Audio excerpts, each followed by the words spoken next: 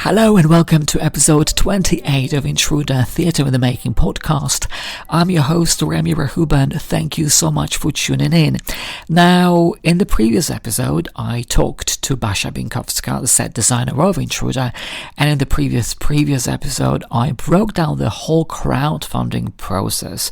I was trying to raise more than £8,000 for my play, and I talked about it in depth in the previous episode, so you can check these episodes out. And today we're continuing with the journey of Intruder, which unfortunately comes to an end. Well, everything comes to an end, nothing is permanent, all is temporary. But before we do that, I would briefly talk about the rehearsals for Intruder, because we did rehearse it for a week, one day, and then I'll also talk about podcasting. So, yes, I did my crowdfunder. It was for 2 weeks and a half. I raised my goal, and that was on a Friday, and then I had the weekend to actually rest and recover from that crowdfunder, because crowdfunder for me was so draining. I was so tired after doing it. I was very relieved because I got all the money, £8,000, but I was really emotionally drained. But on the other hand, I was very excited because we were going into rehearsals, something that I had been dreaming of for 10 or 11 years. So, so rehearsals were to start on Monday, but then on Monday morning, the venue where we were to rehearse, that was Polish Eagle Club in the south of London, they emailed and said, I'm not really sure whether you know, but we are closed on Mondays. So then we started rehearsals on Tuesday. And it was me, Basia, Marcus, and Mark, the sound designer. Ed wasn't there because he wasn't really needed. And we started really exploring the world of Intruder. Now, as you might remember, me and Marcus, we had been rehearsing Intruder before because we had been doing rehearsed readings. So we were familiar with the world, but we actually didn't know what it would look like, where we would go with it. And although we had that experience, we wanted to explore it from scratch, like tabula rasa, blank page, and just to see what happens in rehearsals. Where can we go? How creative can we be? And Basia was there, and Mark was there as well. So for me, it was a very liberating process, seeing how it all works, and very curious. And very quickly, we kind of came up with this idea of, how we can do it, how we can start. It was very exciting. I didn't actually know that we would get to that point, that it'd be like, wow, this is it. I think this is the direction we could go.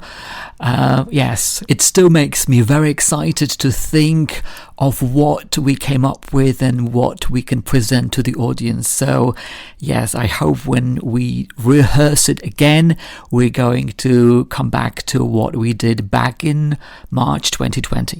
So we were there rehearsing, playing, and Mark composed music, so we were putting it all together. It was all going very, very well.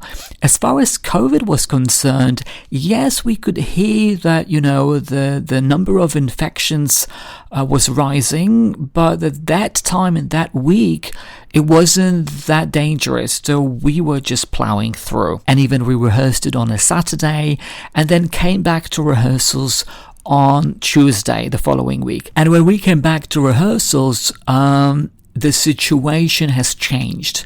So the number of infections was very, very high.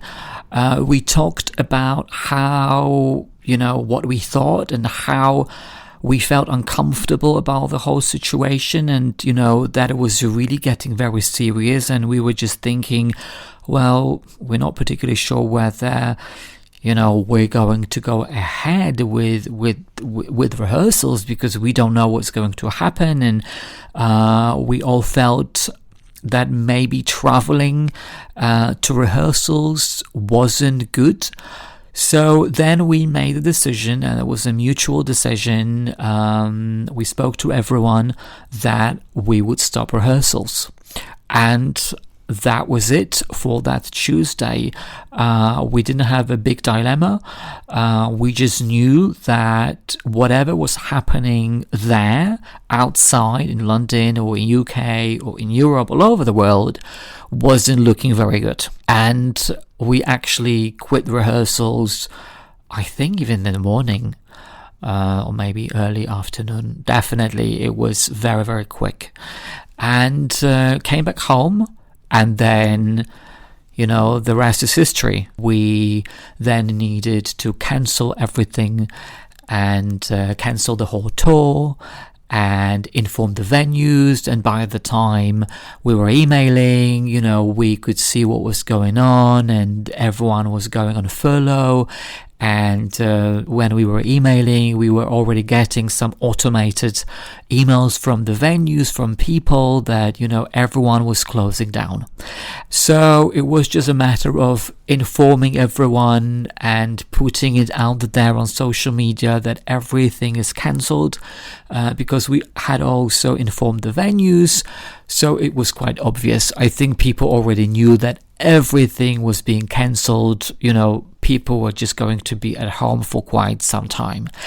I, on the other hand, was very relieved, to be quite honest, when it all happened.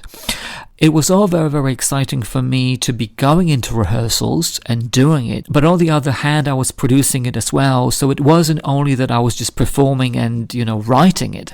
I also needed to deal with social media, with emails, with promotion and emailing that newspaper, that magazine, this radio, because we also needed to have an interview for radio, and we were planning to do it with Basha.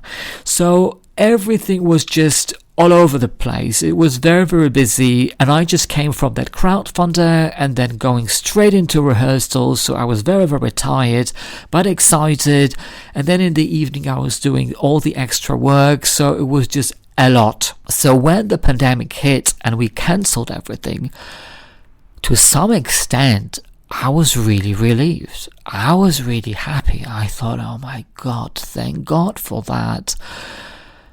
Wow, now I can take a breather, because it was just too much.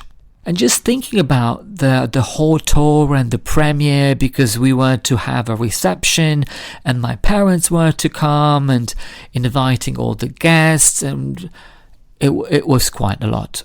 So then I was just at home and rested, and really for me the pandemic was very, very creative. I know there was a very sad period for many people, but from my own personal point of view, the pandemic was a blessing, because I found the pandemic extremely, extremely creative. I wrote a lot. I took part in loads of writing programs. I started writing loads of new things, loads of new plays that probably I wouldn't have written if we didn't have the pandemic, or we haven't had the pandemic, because I'm not really sure what's going to happen. I'm recording this episode on the 1st of November 2021. But I went into the creative mode right away. Of course, I was emailing people and telling them about, we're not doing it and we don't know when it's going to happen. But straight I went into my creative mode and I started writing. Sitting at home, writing. I didn't watch TV. I didn't read loads of things about what was going on. I just focused on my creativity. It's kind of interesting, because back in the day when the pandemic hit, I thought it would take maybe, I don't know, until October, November, and then we would be slowly getting back to normal. And I spoke to Ed Littlewood, my co-producing partner, and Ed was saying, no, I think we need to be looking at September of 2021. And I thought, wow, that's a year and a half. That's too long. I actually couldn't believe that he was saying that. Here we go, it's November 2021, and we are where we are, and we're not sure when we're going to do the play. So that's interesting. So I went into that creative mode, and I kept writing, and that was really it. Of course, I wanted to keep the audience, well, I wanted to let them know what's going on with Intruder, so I've been updating Intruder's social media channels with what was going on, and I still do put certain things here and there. Well, one of the things that happened in May was, well, I applied for Polish Heritage Days, and that is an event organized by the Polish Embassy here in London. And we applied to take part in it, and we got selected. And because of the pandemic, they needed to move the events online. We got the money from them, and we needed to, well, do some kind of an event. Normally we would have been doing a performance, but because of the pandemic we couldn't do it. So then we did an event online, and that was an interview for the Polish Radio London, where I also presented 3 fragments from Intruder. And I absolutely loved that conversation with the journalist. She was very, very nice. It went really, really well. I put it on Facebook, where it was done on Facebook Live, and then I could share it with various audiences, mainly Polish audiences, because it was in Polish, and promoted my play as well. It was done back in May 2020, and since that time I've posted a couple of clips here and there just to keep that engagement going and to tell people about it so that people don't forget. And then in June, July, I was thinking, is there anything else that I could do about Intruder? And then I reflected and thought, you know what? I've been working on the piece for such a long time. I mean, 10 years, and I've learned so much.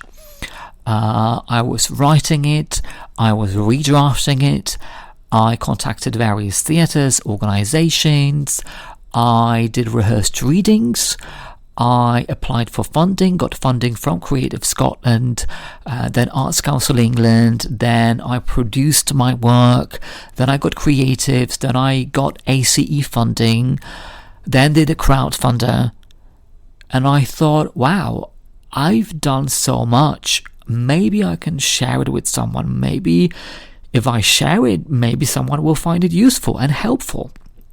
And that's when the idea for the podcast came. Because if I'm going to be sitting at home for God knows how long, maybe it can help others. And then how did I actually go about the podcast? How did I do it? What did I do? Well, of course, I needed to do some research, but the good thing was that I already knew what I was going to talk about. I just knew that it would be me talking. It wasn't to be like a interview podcast where I interview someone. The interviews with the creatives, that idea that came a little bit later on. So what I did next, I wanted to find out how this podcasting thing works, because I knew that there was Apple Podcasts and Spotify and all of these other podcasting platforms. But then I found out that in order to start a podcast, I need to have a hosting platform. So when I record an episode, then I need a platform that would distribute my episode to all these podcasting platforms. And when I was doing my research, I, watched YouTube videos and then Facebook groups, and I found one that was very, very helpful, and that was Buzzsprout. They have this plan, I think it's £10 a month, where you can upload up to 2 episodes. That's what I needed.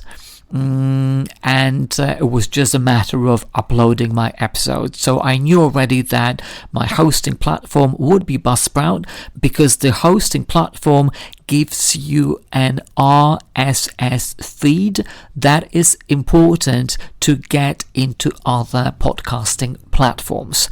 So that was it.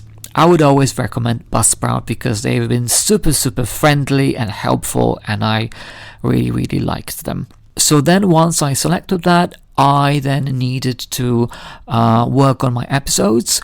Well, the big one is that you want to get into Apple Podcasts. So you apply to them and, you send them all the info and artwork, which in my case was the poster for my play. So it was quite straightforward.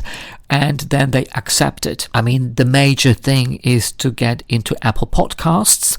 It's not that Buzzsprout is just going to send them your podcast and that's it.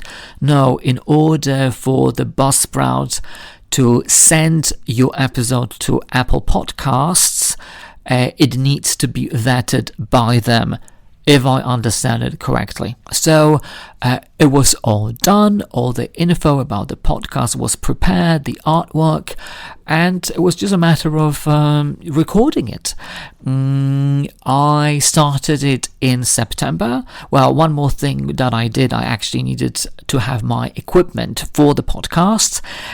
So I invested some money in the equipment, and I'm just looking at what I got, which I've been really, really happy with. So I got Rode microphone, I got one audio headphones, I got audio interface, and also then I got, let me just check here, I got isolation shield. So that's what it was. It cost about £300, but I knew I was investing in myself because I also do voiceovers. So I knew, well, you know what, if I want to have a home studio, it's always good to have some proper equipment. So when I had it, I then went and did my first episode. I record my episodes on Audacity, and it's quite straightforward, like I'm doing it now. When I recorded, then I edited, so I put intro, which is that kind of a music at the beginning and outro music at the end, put it together as an MP3 file, because that's the file that I normally use, and upload then on Buzzsprout. And then I schedule my post, the episode to go live, which is normally 2 weeks in advance. I have it all set up, and Buzzsprout has this function that you can, as I said, schedule your episode for a particular day and time. It was just about the promotion of the podcast and each episode, which actually took some time. I initially wanted to do my episodes every week, but then it was a lot of work, as I was saying, preparing what I'm going to say and then editing it, and then actually promoting it. That was a lot of work. So when I was releasing my episodes every week, which I think I only did for maybe 2 weeks, I realized that I was only living off the podcast, and I thought, no, I can't do it. I need to do other things. So I want to enjoy it, so I changed the frequency of releasing of my podcast to every 2 weeks, which in the end turned out to be a very good idea, because we're also talking about social media posts and preparing these posts. And also back in the day, initially I was doing audiograms, so like a little bit of a snippet of a piece from the podcast, which would be subtitled, and I used an amazing app which is called Headliner, which is also for free. I mean, you can have 5 audiograms in a month for free, then you need to pay, but it also was time consuming, so I thought, you know what, let's just stick to posts which I prepared on Canva, also for free. Of course, from time to time I do an audiogram, but not as many as I was doing at the very beginning, because as I said, initially I was just doing the podcast all the time and I was really finding it very draining. So then I changed the frequency. And that's how it worked. It became easier with time. I found the edits sometimes just, too long. It took me 3 or 4 hours to edit a particular episode, getting rid of all these all the mistakes. The most enjoyable about the whole podcast was definitely the interviews with creatives, because that was very straightforward. It was great to connect with people. I did it on Zoom. I recorded it. I didn't do a lot of editing on it. It was just intro, outro, and that's it. I was really, really pleased with the feedback that I got. Quite a few people came back to me. They were asking me questions. We had a conversation about certain things, and I was really, really happy to help people with various things about my process, maybe to help someone else. I posted the posts on the channels for Intruder, but I also shared them in various Facebook groups, like acting groups and playwriting groups, and producers groups, I think. I just wanted to share it with people that might find it useful and helpful in their practice. Another marketing tool that I used was MailChimp. I literally imported all the contacts from my inboxes and I put it in MailChimp. I didn't know how long it was going to take. Well, here we go. It's taken 28 episodes, so nearly a year. I didn't get any funding for that. At some point I started my Patreon account. I just thought maybe there would be some people that would like to help me financially as far as my costs. And yes, I found some people that are the patrons of the podcast, and I would like to thank them individually. And they are my mum and dad, and also my cousin Natalia, and my friend Agata, and my friend Adele, and my friend Mike, and my friend Matthew, and also Heather, who I met when I was doing an acting course back at RADA. Oh god, that was in 2008, 7, 8, yeah. And we've been in touch. So thank you so much for all your support. If anyone has any questions or how I went about certain things and how I did this or how I did that, please feel free to contact me on my email, remi@remirachuba.com, or any social media platforms. I hope this podcast has been helpful and useful to anyone, in their own practices, in whatever aspect. As I was saying at the beginning, this is the end for the time being, but I'd like to come back to my podcast when we rehearse the show and then when we perform it, and maybe share with you my reflections on what it was like, because that's another aspect of the podcast. Actually doing it, performing it, touring it, reflecting on it. But whatever I needed to share, I've already done that. And I think now we need to wait until the show actually happens, so then I can record more episodes. But when it's going to be, I hope next year in the summer, but you never know. So, until then, stay well, stay safe, and I'll speak to you when I'll speak to you. Bye for now.